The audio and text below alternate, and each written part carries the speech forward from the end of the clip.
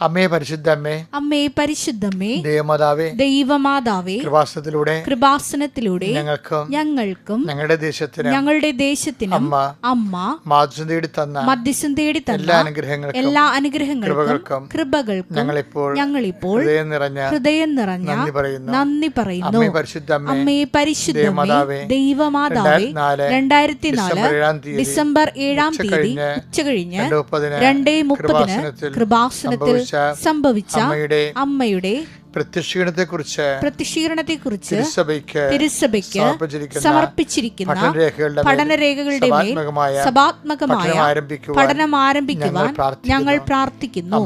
അമ്മേ പരിശുദ്ധമ്മേ, ഭൂസർ ലോകങ്ങളുടെ രാജ്ഞിയായ അങ്ങേയ്ക്ക് ഭൗമ സംരക്ഷണത്തിനായി പ്രപഞ്ച പ്രകൃതിയെ തന്നെ തിരുസഭ പ്രതിഷ്ഠിക്കുവാൻ ഈ പ്രത്യക്ഷീകരണം വഴി ഇടയാക്കണമേ.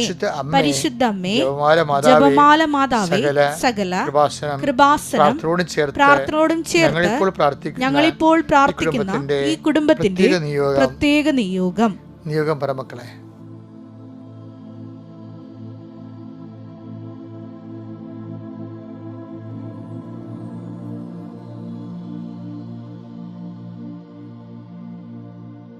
അമ്മയുടെ പ്രത്യക്ഷീകരണത്തിന്റെ ഈ അനുഗ്രഹവേളയിൽ ഞങ്ങൾക്ക് സാധിച്ചു തരുവാൻ കനിയണമേ. ആമേൻ. വിശ്വാസ പ്രമാണം. സർവശക്തനായ പിതാവും ആകാശത്തിന്റെയും ഭൂമിയുടെയും സൃഷ്ടാവുമായ ദൈവത്തിൽ ഞാൻ വിശ്വസിക്കുന്നു. അവിടുത്തെ ഏകപുത്രനും ഞങ്ങളുടെ കർത്താവുമായ ഈശോമിശിഹായിലും ഞാൻ വിശ്വസിക്കുന്നു.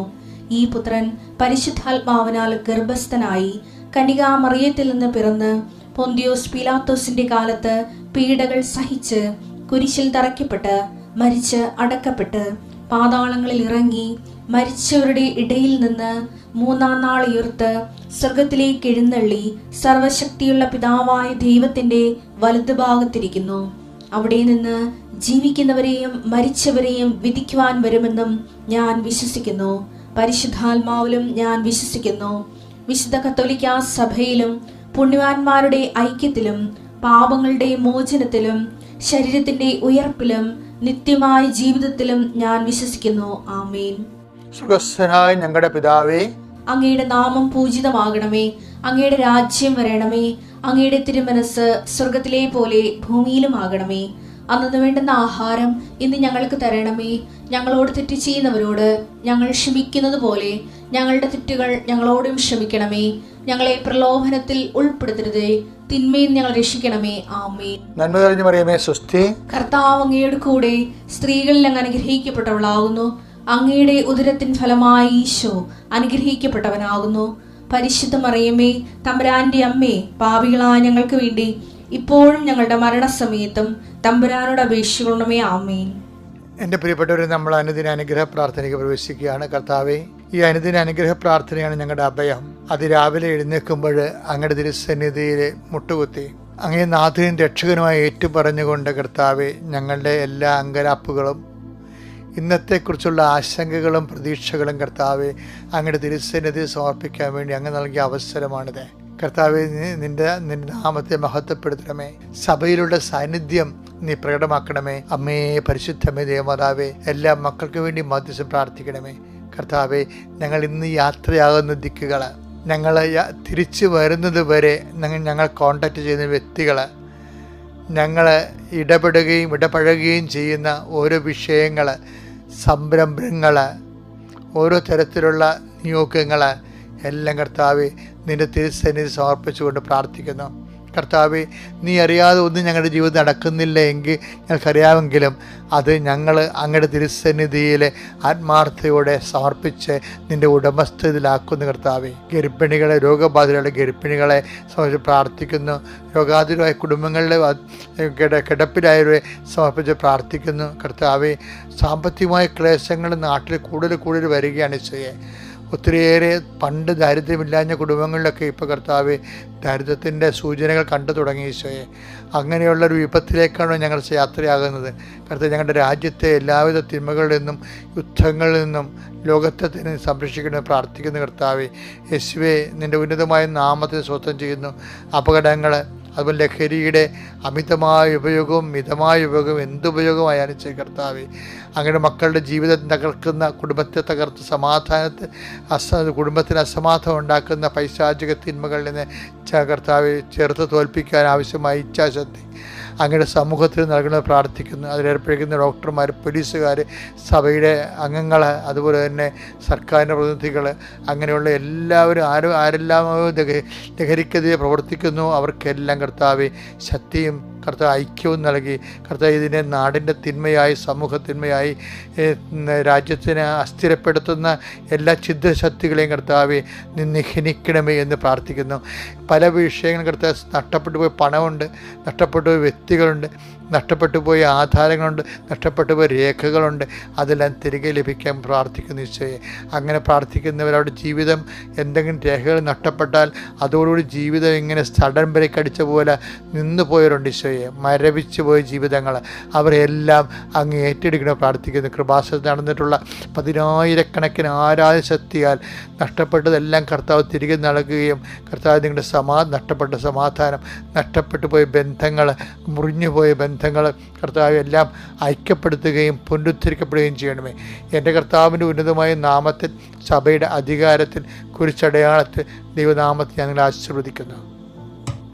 ഞാൻ ചിലപ്പോൾ നിങ്ങളൊക്കെ പറയാറുണ്ട്, എനിക്ക് 4 വയസ്സ് മുതൽ ആധ്യാത്മിക ജീവിതമുള്ള ഒരാളാണ് ഞാൻ. കാരണം 4 വയസ്സിലാണ് ആദ്യമായിട്ട് ഞാൻ ഈശോനെ സ്വപ്നം കാണുന്നത്. അപ്പോൾ നല്ല കുടുംബ പ്രാർത്ഥനയൊക്കെ ഉള്ള ഒരു കുഞ്ഞു വീടാണ്.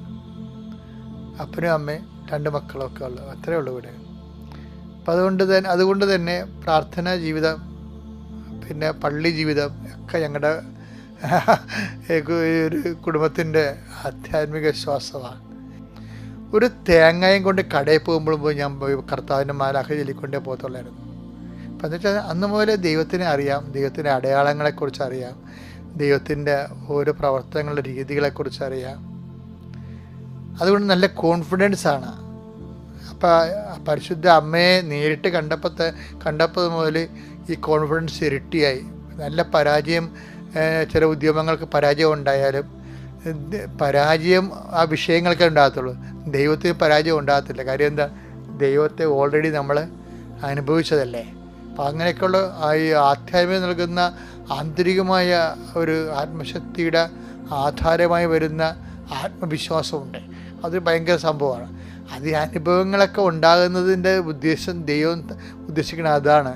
നല്ല ആന്തരികമായ ആത്മവിശ്വാസം. അടയാളങ്ങൾ ഉണ്ടാകത്തില്ലെന്നല്ല, എല്ലാത്തിനും അടയാളം ഉണ്ടാകും. അടയാളം കൊണ്ട് സ്ഥിരീകരിക്കുമെന്നല്ല കർത്താവിൻ്റെ വചനത്തിൽ എഴുതിയിരിക്കണത്. മർക്കോസിൻ്റെ സുവിശേഷത്തെ 16:20 അവർ എല്ലായിടത്തും പോയി പ്രസംഗിച്ചു. കർത്താവ് അവരോട് കൂടെ പ്രവർത്തിക്കുകയും അടയാളം കൊണ്ട് വചനം സ്ഥിരീകരിക്കുകയും ചെയ്തിരുന്നു.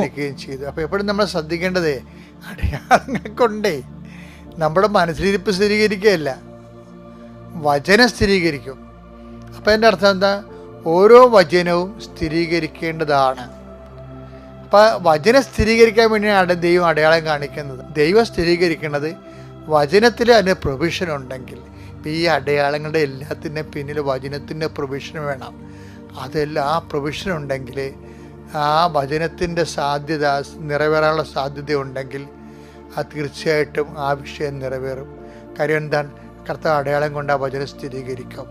ഉദാഹരണത്തിന് ലൂക്ക 21:1-2 എടുത്തേ. അവൻ കണ്ണുകളുയർത്തി നോക്കിയപ്പോൾ ധനികർ ദേവാലയ ഭണ്ഡാരത്തിൽ നേർച്ചയിടുന്നത് കണ്ടു. ദരിദ്രയായ ഒരു വിധവ 2 ചെമ്പ് തുട്ടുകൾ ഇടുന്നതും അവൻ കണ്ടു. അവൻ പറഞ്ഞു, അതാണ് അവൻ നോട്ട് ദ പോയിന്റ്. അവൻ പറഞ്ഞു, ദരിദ്രയായ ഈ വിധവ മറ്റെല്ലാവരെയും കാൾ കൂടുതൽ നിക്ഷേപിച്ചിരിക്കുന്നു എന്ന് സത്യമായി ഞാൻ നിങ്ങളോട് പറയുന്നു. അതായത് ഈ ഏറ്റവും ആധ്യാത്മിക ജീവിതം ഞാൻ ആദ്യം പറഞ്ഞില്ലേ, ആധ്യാത്മിക ജീവിതത്തിൽ ഏറ്റവും റിസ്ക് എന്താണെന്നറിയാമോ? റിസ്ക് പിടിച്ച പരിപാടിയാണതേ. അങ്ങനെ ഏറ്റവും റിസ്ക് എന്ന് പറയുന്നത് ദൈവത്തെ ഒന്ന് വിശ്വസിപ്പിച്ചെടുക്കുകയാണ്. ദൈവത്തെ വിശ്വസിക്കുന്ന റിസ്ക് ഒന്നുമില്ല. പിശാചും വിശ്വസിക്കുന്നുണ്ട് ദൈവത്തെ. യാക്കോബ് 2:19 നമ്മൾ പറയത്തില്ലേ, ദൈവം ഏകനാണെന്ന് പിശാച് വിശ്വസിക്കണമെന്ന്. അപ്പം ദൈവത്തെ വിശ്വസിക്കണ റിസ്ക് പിടിച്ച പരിപാടിയല്ല, പക്ഷെ ദൈവത്തെ കൊണ്ട് വിശ്വസിപ്പിക്കണത് റിസ്ക് പിടിച്ച പരിപാടിയാണ്. ഇപ്പം നമ്മൾ ആ ഈശോ ശ്രീഭണ്ഡാരത്തിൻ്റെ മുമ്പിലിരിക്കുമ്പോൾ കുറേ ധനികന്മാർ വന്ന് വലിയ തുകകൾ ശ്രീഭണ്ഡാരത്തിൽ ഇടുന്ന ഈശോ കണ്ടു. പക്ഷേ ദൈവത്തിന് അതിൽ വിശ്വാസം തോന്നിയില്ല, ഈശോയ്ക്ക് അത് വിശ്വാസം തോന്നിയില്ല. ആ ധനികരുടെ വലിയ സമ്പാദ്യങ്ങൾ കൊണ്ട് ശ്രീഭണ്ഡാരം നിക്ഷേപിച്ചുകൊണ്ട് ദൈവത്തെ കൊണ്ട് വിശ്വസിപ്പിക്കാൻ കഴിഞ്ഞില്ല അവർക്ക്. പക്ഷേ ഒരു സാധു വിധവ വന്നിട്ട് 2 ചില്ലിക്കാശ് ഇട്ട് കഴിഞ്ഞപ്പോൾ ദൈവം അവളിൽ വിശ്വസിച്ചു. അപ്പോൾ അത് റിസ്ക് ഫാക്ടറാണെന്ന് മനസ്സിലായില്ലേ? നമ്മുടെ ആധ്യാത്മിക ജീവിതം പുരോഗമിക്കണമെന്നുണ്ടെങ്കിൽ ദൈവത്തെ കൊണ്ട് വിശ്വസിപ്പിക്കണം നമ്മൾ. അതാണ് എൻ്റെ റിസ്ക്. നോൻപ് കാലത്ത് നിങ്ങൾക്ക് നൽകുന്ന ഒരു സന്ദേശമാണത്. കാര്യം എനിക്ക് ഇന്ന് വെളുപ്പിനാണ് കർത്താവ് ഇത് പറഞ്ഞത്. അതുകൊണ്ട് ഞാനത് ചൂടാറും മുമ്പ് നിങ്ങൾക്ക് കൈമാറുകയാണ്. കാര്യം ദൈവത്തെ വിശ്വസിപ്പിച്ചെടുക്കാം റിസ്ക് ആണെന്ന്. ഇപ്പം ഉദാഹരണത്തിന് നമ്മളുടെ ഇയാളല്ലേ ഈ ബദനിയിലെ മറിയ, ലാസറിൻ്റെ പെങ്ങൾ മറിയയില്ലേ, ലാസ് ഉയർത്ത് കഴിഞ്ഞ് കർത്താവിന് വലിയൊരു വിരുന്നൊക്കെ ഒരുക്കില്ലേ, സുഗന്ധതൈലം കൊണ്ട് കർത്താവിൻ്റെ പാദങ്ങളൊക്കെ പൂശിയപ്പോൾ ശിഷ്യന്മാർ അവിടെ പിറുപിറുക്കുന്നുണ്ടായിരുന്നു. ശിഷ്യന്മാർ പിറുപിറുക്കുന്നത് അവർക്ക് മനസ്സിലായി. ഈ ഇത്രയും കാര്യം 300 ദിനാറാണേ. ശിഷ്യന്മാർ വിചാരിക്കുക ചില സുവിശേഷങ്ങളിൽ യൂദാസിൻ്റെ പേര് പറയുന്നുണ്ടെങ്കിലും ഈ മത്തായി ശിഷ്യന്മാരെന്നാണ് പറയണത്.